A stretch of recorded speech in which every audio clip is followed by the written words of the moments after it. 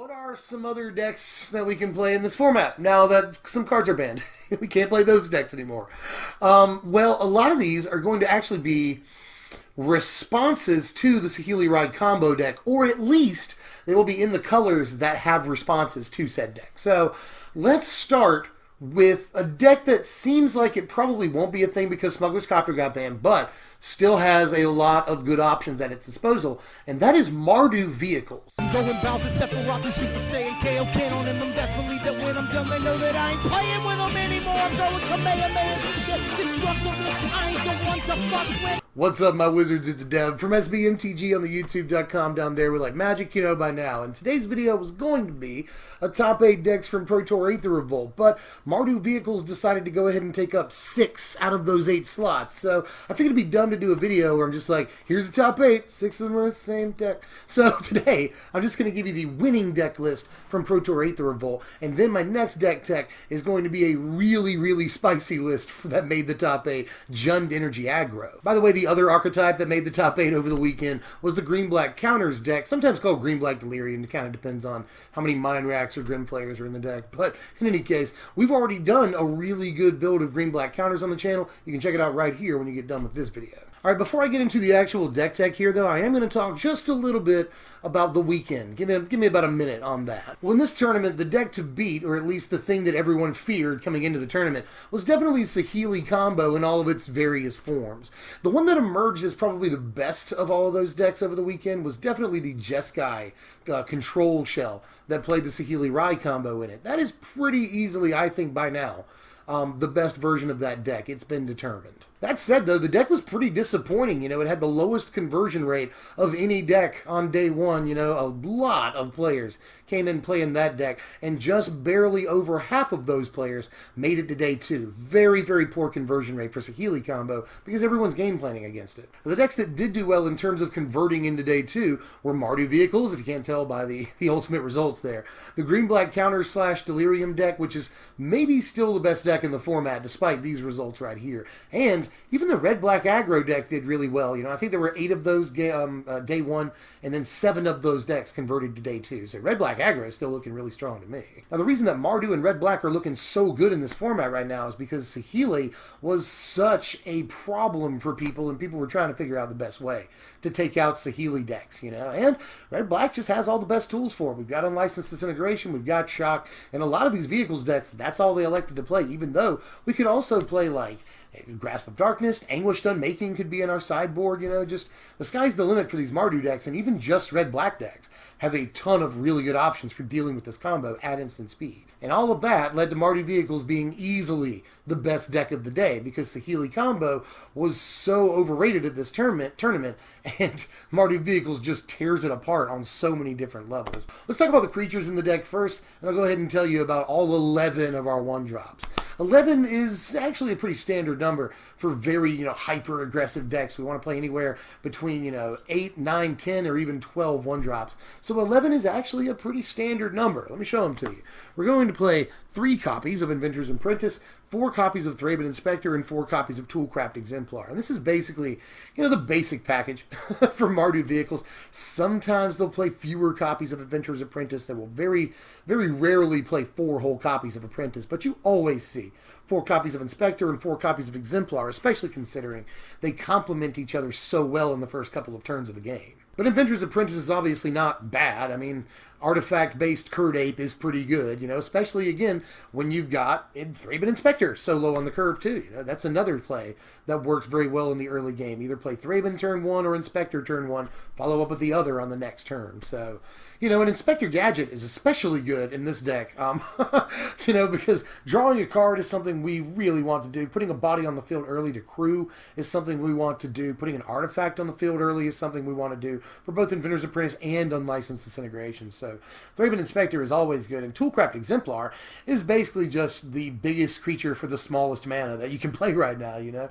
A 3-power guy for 1 mana is just absolutely insane. So, and he's even easier to make work than like Greenbelt Rampager, so definitely deserves his slot. And he's also really good at crewing things like Heart of Kiran later on in the game. The deck also plays 4 copies of Veteran Motorist because it has to play 4 Veteran Motorists. This can also accrue a Heart of Kiran, by the way, all by itself, and make it a 5/5 flyer. Pretty good right there. Plus the Scry 2 is just insane. Like, it's something people don't talk about that much on Motorist, but the Scry 2 is maybe my favorite part of this card. Being able to fix your draws in an aggro deck, especially this early in the game, is absolutely kind of broken. Like, the card is really good, you know? And the 3 power is obviously great against naked boards, or if you're looking to crew something that requires a big crew cost. So, yeah, you're definitely going to play all of these. Deck also plays 4 copies of Scrapheap Scrounger, which is really good in the control matchup. You know, we kind of are great against control already, but one of the reasons that we are is because of a card like this. You know, if they decide to kill it, which many of their cards kill creatures, it's kind of their whole spiel, you know, their whole shtick, then we can just get this right back. We've got plenty of creatures to exile from our graveyard, put this right back into play, and start smashing away. It's also good, by the way, at crewing a Heart of Kiran. You know, you can't block with a Scrapheap Scrounger. That kind of sucks, but you can tap it to crew the Heart, and the Heart will totally block for you. 4/4 flyer. That's awesome. So this will very, very often actually crew Heart of Kiran later on in the game when it's not as important as far as attacking, and it's obviously never important on defense. But the fact that it can crew makes it important on defense. Just another wrinkle in the card. But again, mostly we're playing this for the replayability against removal, because even the decks that we play against that aren't strictly control, like if we're in the mirror match, for instance, if we're playing against another Mardu Vehicles deck, then we're going to want creatures that are resilient and come back from the graveyard, because they're playing unlicensed disintegrations too. We're going to play 2 copies of Pian Nalaar in this deck, and some decks elected to play as many as 4 copies of Pia. Some decks played Depala instead, some played them alongside one another. This deck did not end up playing Depala, but still going to play some amount of Pias.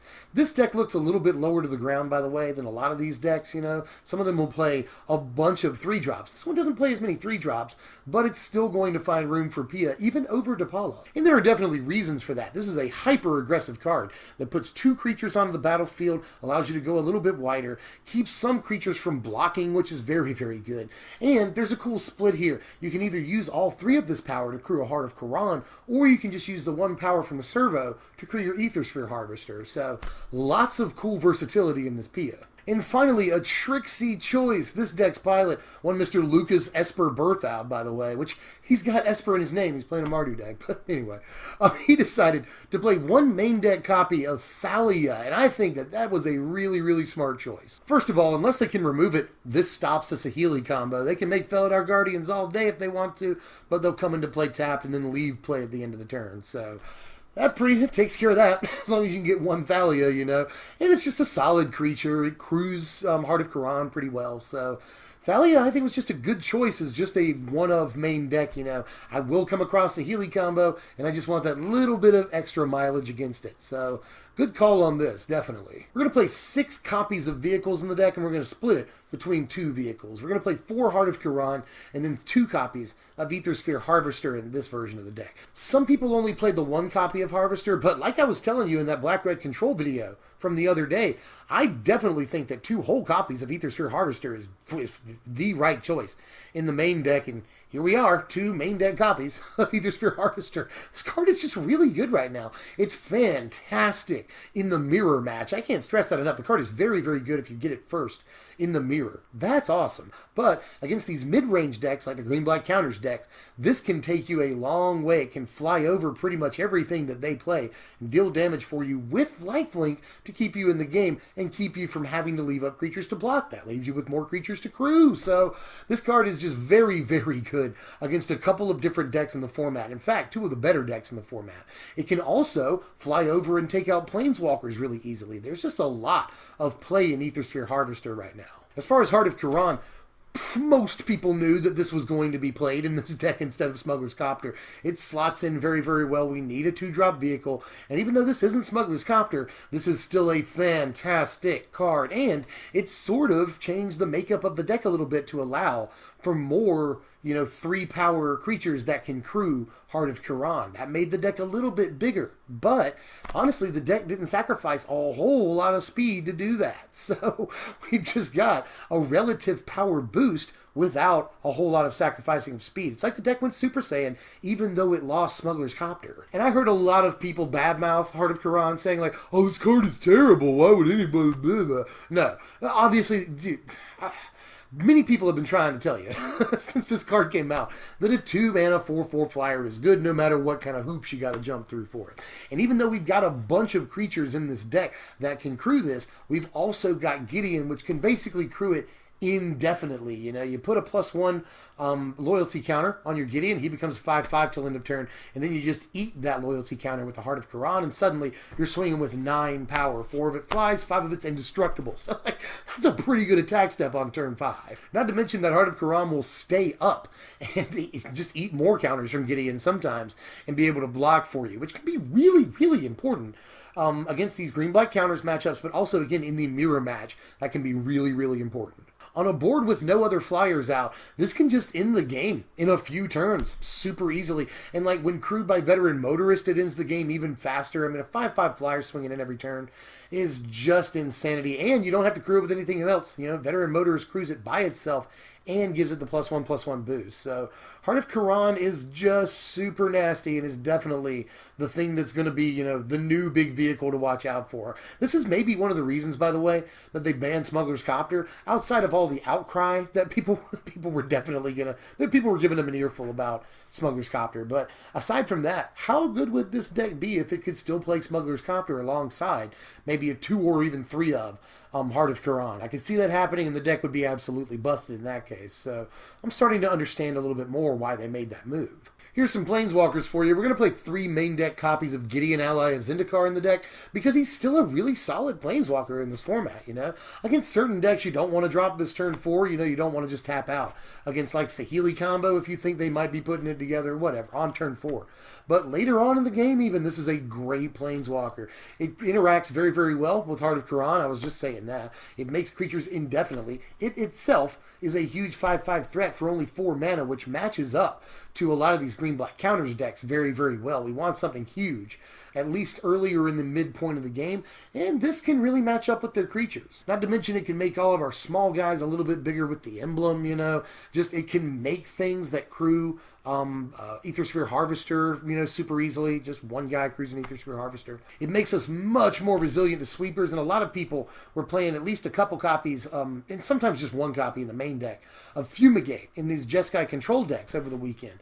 And Gideon makes us much, much better against Fumigate. You know, if we can just keep one vehicle and one Gideon after a Fumigate, then we're actually still in a really, really good position, and we don't care about Fumigate that much. But on top of all of the actual tech reasons why you would play Gideon in the deck, he's just solid. He's a good Planeswalker. Right now, Planeswalkers are really, really good, and there's not a whole lot of ways to deal with them, so why not play arguably the strongest one? We're going to play 6 spells in the deck, and they're all just removal, and they're basically tailor-made to take out Saheeli combo. We're going to play 2 copies of Shock in this deck, and 4 copies of Unlicensed Disintegration. Well, Mardu Vehicles players were definitely split on the number of Shocks to play in the main deck over the weekend. I saw everywhere between 1 and 4 in main decks.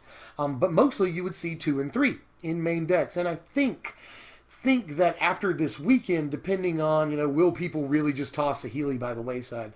I think after this weekend, maybe 2 Shock is the right answer. But that being said, Shock might still be a good card, even if Saheeli combo isn't something we have to worry about. Because if Mardu Vehicles or red-black aggro starts getting played more, well, Shock takes out Thraben Inspector, it takes out Toolcraft Exemplar, kills Scrapheap Scrounger, kills Veteran Motorist. There's just a lot of things that Shock can kill if Mardu aggro really is a real presence in the format, which is...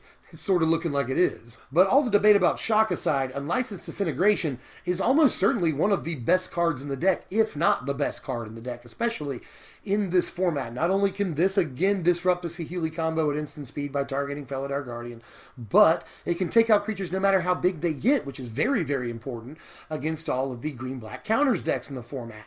And it's instant speed, which is good against all of the vehicles decks in the format. So many lines of play with an Unlicensed Disintegration. It's just good against literally everything right now. Not to mention the 3 extra damage. I mean, if you want to live the dream here, you'll take out a Felidar Guardian with the Unlicensed Disintegration, have an artifact in play, and then redirect the 3 damage from your opponent to their Saheeli Rai, which takes out both their Guardian and their Saheeli at the same time. Achievement unlocked. You can do that, but mostly we're looking to, you know, deal that little bit of extra chip damage if we have an artifact in play and provide an awful lot of reach for this aggro deck. Sometimes you'll get them within range of killing them, and you can't quite deal that last blow, that's when cards like Shotgun and License Disintegration will really, really help you out, getting that last few extra points of damage in.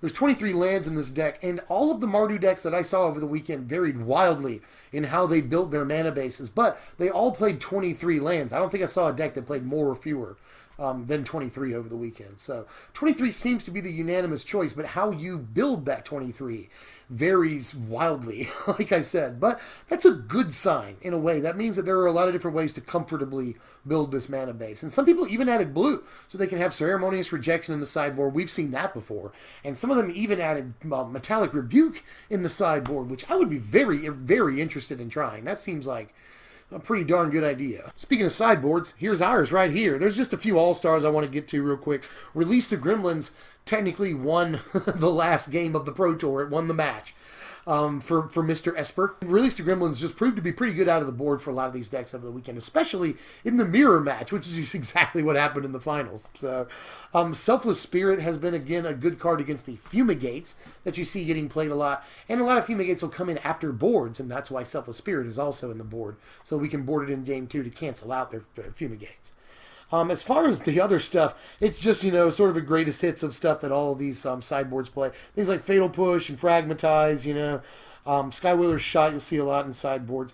Against the mirror match, we've got Sky Sovereign. All the decks played that in their sideboard. Even non-vehicles decks played Sky Sovereign in the sideboard. And here are your power rankings right here. A final score of 69, which is a really, really high score. If you're keeping score, that seems like a clumsy thing to say. But anyway, 69 is a really, really high score in this format. And, you know, it doesn't suffer as much as some aggro decks suffer in certain categories because it's so good against some other decks, especially Saheeli Ride combo, you know. It's just got a fair amount of resiliency even for an aggro deck because of things like Scrapheap Scrounger and the fact that we've got Gideon in the deck. That's a resilient card, you know, survives removal, board wipes, and stuff like that. We've got vehicles in the deck, which are fairly resilient in and of themselves. You know, they can't be wiped either as long as they're not creatures at the time. So pretty resilient deck as far as aggro decks go, and a pretty good defensive suite because we're playing in License Disintegration, which I honestly think as far as standard is concerned is maybe the best removal spell in the entire format. So why is the versatility score only a 5 if that's the case? Well, in game 1 we're very much a single-minded aggro deck. Some of our pieces can take out a few different important cards in the format, yes, but we're still a one-track mind. We want to play small creatures in the early game and then either control the board with Unlicensed Disintegration in the mid-game or also in the mid-game drop a Gideon to sprint us through the finish line. So very one-track mind. I mean, this is in no way is this like, you know, a complex aggro deck or anything. It just plays really, really good removal and maybe the best Planeswalker in the format. So the king is dead. Long live the king. Congratulations, Mardu Vehicles. You are, for today at least, the best deck in the format. But hopefully, you know, you're not like the mid-card wrestler of standard. They got to put the belt on you for like 3 days until they give it to somebody a little bit more important, you know. Hopefully you keep this belt for a while because I've liked this deck since Kaladesh came out. But in any case, if you enjoyed the video, like the video, share it so everybody knows who won Pro Tour Aether Revolt. You can also sub if you're new and all of that stuff. You know, you hit the bell to make sure you get the notifications. I really want to say congratulations, Falcons, but I can't because they totally Hillary Clinton'd their lead. You know, they had like a 21-point lead at one point in the game, and then they lost it in the second half, and we ended up losing that game. I'm from Georgia, so I'm rooting for the Falcons, but that game was just horrible and crushed my life, and I actually just got done watching it half an hour ago, so I have no idea how I'm acting happy on camera. A lot of stress, and I usually don't care about sports ball, but you know, the first time in 20 years that Atlanta's gone to the Super Bowl, so it just kind of sucks. But anyway, I thought we were going to win the game, and we didn't. So I'm a little upset about that, even though I don't actually care about football, like, at all. So this is, you know, but at least it's just sports and it doesn't matter. But anyway, I've talked too much. I'll see you guys later. I'm Deb from SB Mtg. Thanks for watching, my wizards.